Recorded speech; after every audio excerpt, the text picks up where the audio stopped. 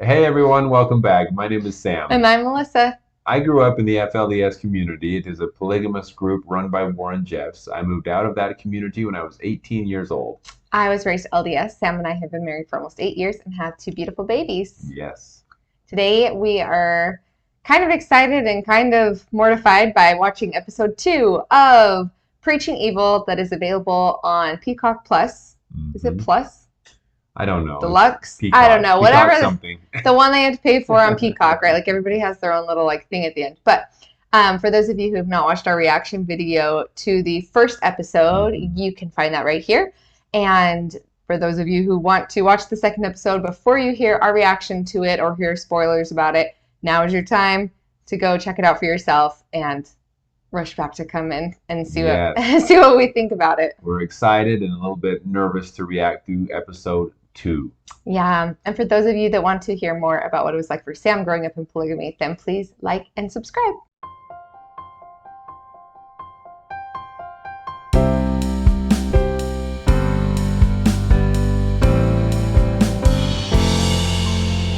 One thing I will say is we started watching like the beginning of this episode, and it showed that it was going to be going into um, talking about what happened at the ranch, Yeah. the Yearning for Zion ranch In Texas. in Texas. The ranch that they built the temple on. Yeah, as we saw that it was going to start going into that, we were like, this is actually really good timing for us to review this because in a couple weeks here at the end of June, it'll probably be posted in July. We actually have a friend that got called out to the ranch to go and help with security on the ranch after the raid happened on the ranch. So as we're seeing these things about the ranch here just in the next couple of weeks, we're going to be doing an interview with him, and so you'll definitely want to stay tuned for that. Hopefully he can give us a little bit more insight as well and his personal experience, because as you watch this show Preaching Evil, it's almost it's mind-blowing to think of some of the things that these people had to go through and that they were forced to do. And anyway, so it'll be interesting to see someone that actually was there and experienced that, to have his insight and to see how that compares to the experiences talked about on the show.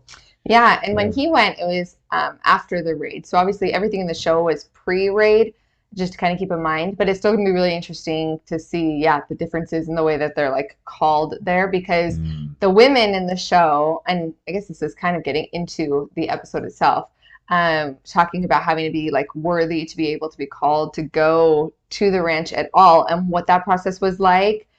Hearing his story about what that's like is very, very interesting, and seeing the differences maybe between the men being called there and their purposes for being called, and then the women being called there and what their purposes were in being called to the ranch. Yes, hearing a little bit of his story makes me feel like my childhood and upbringing was very normal compared to his, Yeah. and so I just feel lucky that I didn't have to deal with a lot of these things. But very interesting, and we enjoy talking with people about their experiences if they are open to that. So Yeah, so stay tuned for that in a couple of coming up weeks. soon. So let's just get right into it then, and some of our thoughts and I guess takeaways from this episode 2. Yeah, what was the first thing that like shocked you? I mean, we already had kind of touched on in the first episode the women having to be worthy to go and worthy to go and worthy to go.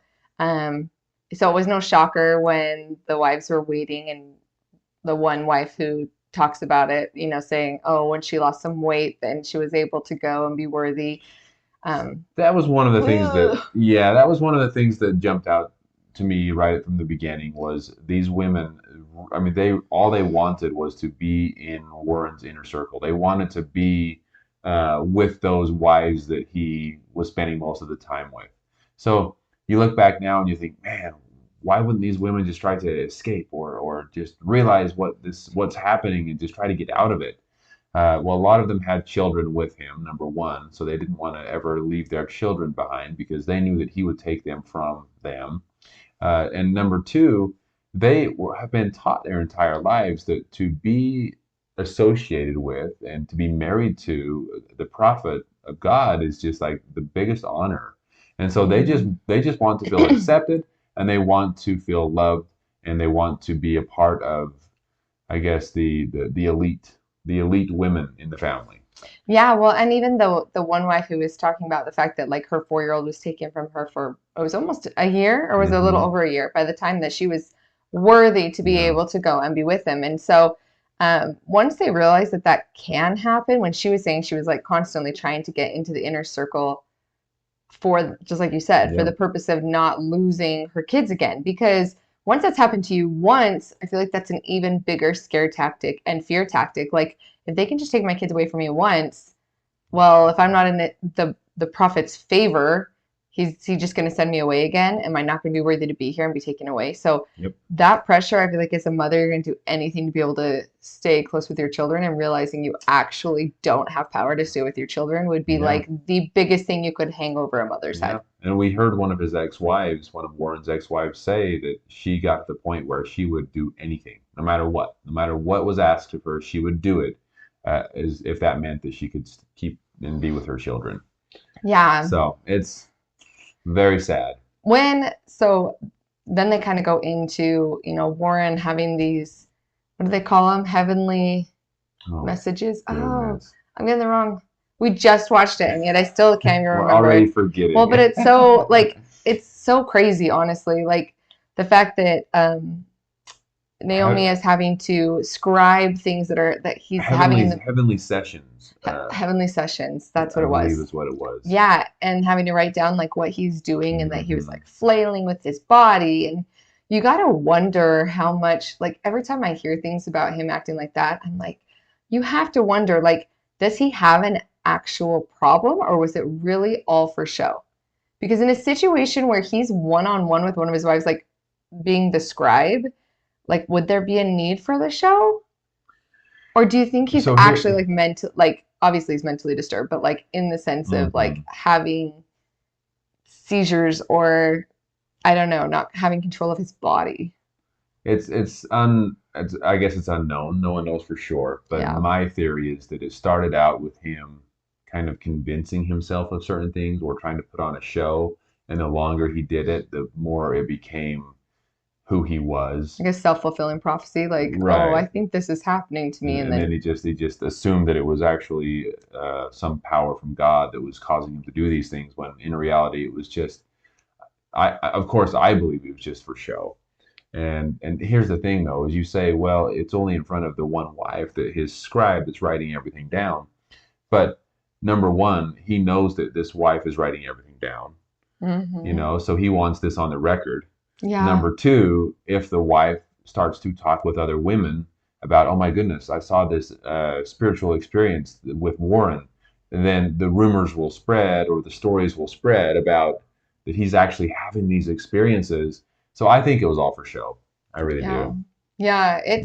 it's a lot. And, a lot of times people maybe don't realize because on the outside you hear like, oh, these crazy things happen. Warren Jeffs did these crazy things and was like a sexual pervert and all these different things. And so when you hear about like him calling up these few chosen women to go into that room, a couple of things to remember is that was a very small group, right? Like he had tons and tons and tons of wives. I hear at one point, or at the peak, he had up to about 80. Okay, so like So, 80, and then he's calling in, would you say like 12? Like very small group of people are even knowing about the sexual weird mhm. stuff. And then on top of that, because they've been raised their entire lives to be so modest, to be so,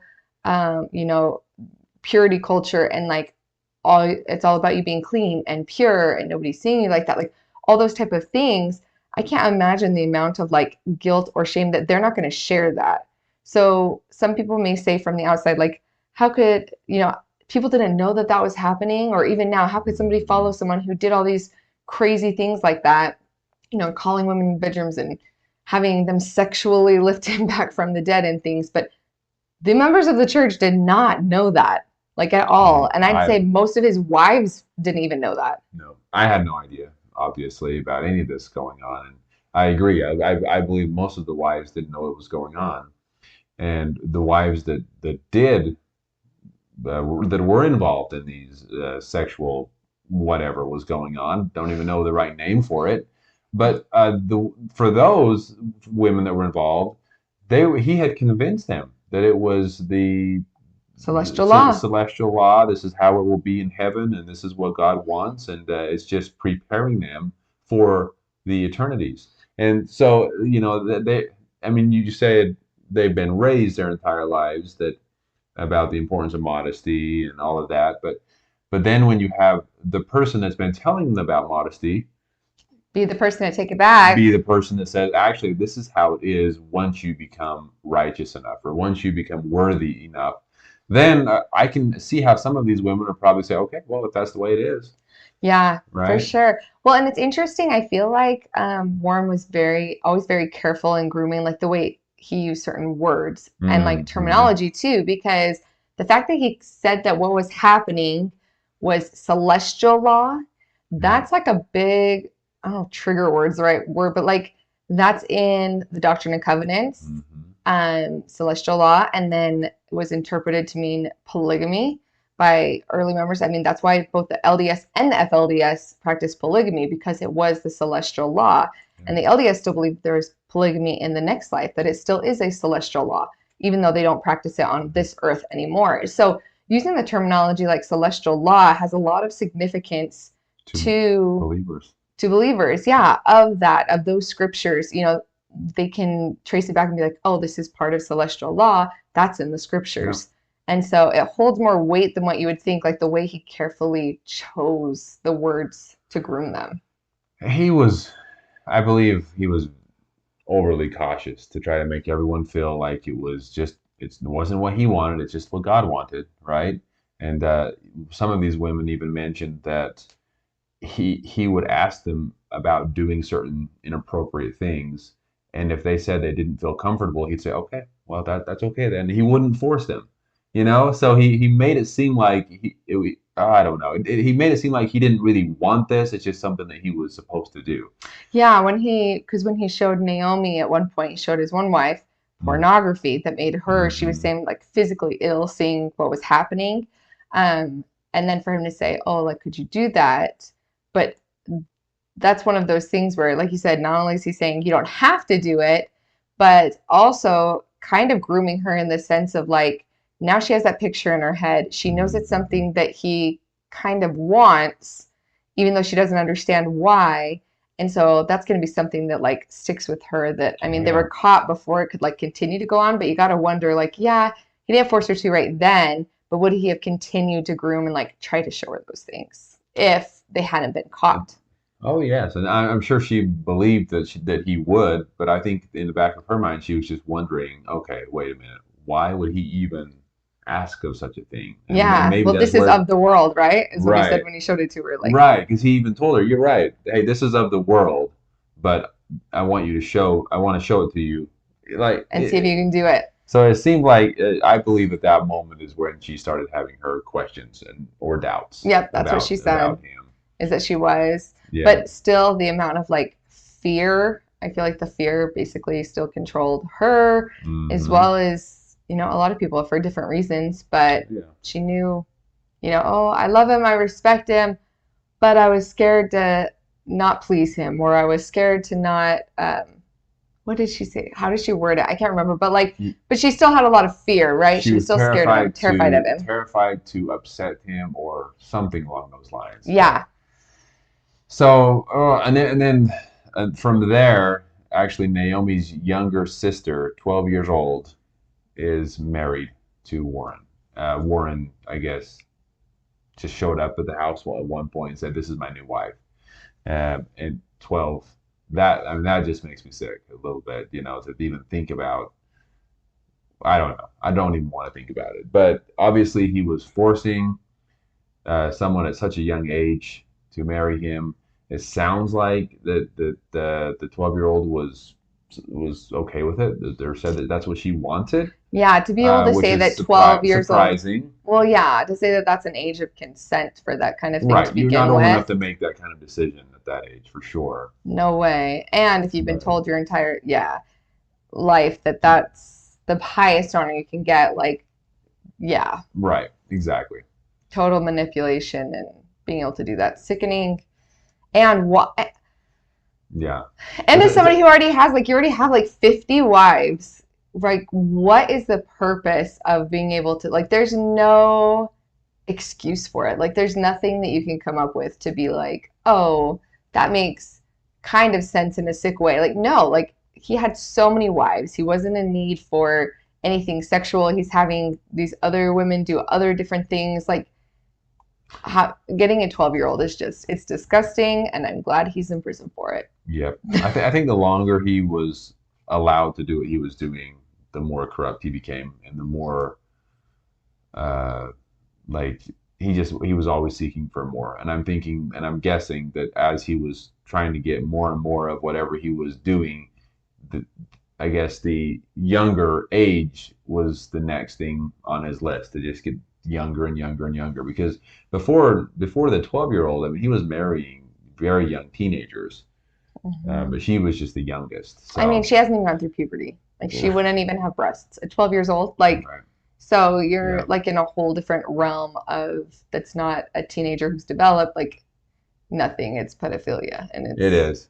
I'm yeah. not even really sure what to say about it. I just it's so beyond my words and comprehension that it just kind of makes me sick. But Yeah. Switching from the sick stuff, switching from hmm that, they were talking about when he was on the run, how basically like all the other places were supporting the building of this ranch that nobody could actually go to. all the other places, All the, like, as in Colorado and all Hilldale. yes, all of the other FLDS communities, all of the men were out working and then basically giving the majority of their money back to the church or to Warren, that was who was putting money into building this ranch, and who knows what else he was doing with the Were money. they forthcoming about that? Like, when you guys were paying tithing and the ranch was being built, were they forthcoming with the fact that like your tithing money was going to build the ranch? Or did they just always say like they need it and it's the Lord's money and you just Yeah, never were allowed to know what that's the happened? vibe I got whenever there was a call for tithing. It was that it was just, hey, the Lord needs this money, and He needs at least this amount from each, I guess, man from a certain age and up, and it was just expected to be given to them. No one really questioned it. And when he was on the run, they had mentioned like the pennies for the prophet being passed around. Do you Yeah, remember I that? don't. Okay. I don't know what that was all about. I was still a part of the church when he was on the run because he was actually imprisoned a couple of years before I left. So, but I don't remember that. Okay. I was Um, just curious. yeah, the only thing I remember is that in church meetings, leaders would stand up and say, "There has been a call for tithing. We need each male." I'm trying to think Wasn't how it they men over said it. 18 or something? Each man over, I don't remember if it was 18 or 21, somewhere around there, to pay, I believe, $2,000 was a pretty common one. So everyone, all the men of that age and older paying $2,000, that adds up quick. And then Yeah. it seemed like they started doing that more and more frequently, right? So anyway, I wasn't really sure where the money was going. I just knew that it was expected of us. Yeah. So, How did you find out that Warren Jeffs had been caught? oh boy, that's a great to think back, because they do in this episode as well. They go over the whole experience of him being caught in Las Vegas. So anyway, I don't remember how I heard about it. I think it was just rumors that were being spread around the community is where I first heard about it. And I don't think it was really an official church setting where they got up and talked about it or anything like that. It was just more of everyone started hearing about it throughout the community. Kind of whispers. Yeah. And that was a shocker. That was a shocker when we heard about that, or at least for me it was. Yeah. Now, he had kind of threatened before that, like, if he got caught, that it was kind of everybody's fault for not being faithful enough, Yes, he right? did. He did. That was just kind of a go-to. If things don't work out, or if the blessings that I promise you don't come to be, it's because you weren't worthy, or the community or the people were just not doing what they were supposed to do. They weren't prepared. Whatever. He just came up with all sorts of excuses. And that was one of them. We were told that because we weren't righteous enough, we weren't prepared enough, that's why he was caught and imprisoned. Oh, we forgot to mention something that happened earlier that I was like kind of mind blown about too, was when he was saying that he was atoning for the sins. Of the people. Of the people, as if he was Jesus Christ, which is crazy because to go from I am a prophet to now I'm atoning for sins. Yep. Which every other Christian religion would believe that Jesus Christ was the one who atoned for your sins. And that is why he was in his bedroom thrashing around in that, because he was pretending to be suffering for the sins of the people. So he Do you have any insight as to why, like when he was saying that like all these deadlines have to be met, they have to be met? Was there, do you know, other than like getting child brides, building those type of houses and building the compound, like do you think there was a purpose behind it that maybe everyone didn't know?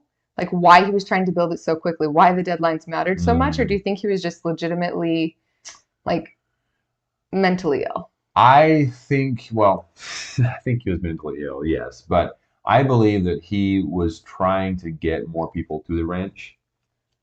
Okay. So he wanted the houses built very quickly so that people could come to the ranch, and then he would, at that point, once there was enough housing, he could just make the phone calls and arrange. I feel like so and so should be coming here now, things like that. So I never went. I've never been to this ranch even after. I don't believe that anyone that is associated with the FLDS church owns the property now. I believe someone else owns it. But I've never been to the ranch at all. I've only seen pictures. Dang. So thank goodness I was never righteous enough to go to this. Yeah, good job, babe. Way to be a rebel. I'm glad you didn't get sent over there. So, but anyway, I believe that's why he just wanted more people to be able to come out there. Gotcha. Yeah. Well, the end of episode 2 is basically him getting caught. Yep. And, obviously we'll do episode 3. This whole series is 4 episodes. So every couple weeks we'll do another reaction to the next one and kind of see how it wraps up, I guess. Yeah. I mean, with 2 more episodes, I'm sure it's going to go through his trial a little bit and what that was like. I'm very curious if they do more on the raid that happened to the Texas compound. I'm sure that's coming. This is something that I'm not familiar with, the timeline. I don't know when the raid happened, how long after it happened. Like he was imprisoned, and then how long after that did the raid? Did you hear anything about that? Not so far. Not so far. And I don't know why I can't think of the date off the top of my head, but I'm sure that's probably coming in as well. Probably in the next episode. Yeah. So we will be excited as we can be hearing the horrific things that Warren Jeff has done to share our thoughts on those episodes as well. Yeah. So stay tuned for that. Especially stay tuned for in the probably the beginning of July when we have the interview with Manti, who's going to share his story of going to the ranch. So yes. And so we'll look forward to that, and we'll talk to you soon. Talk to you soon.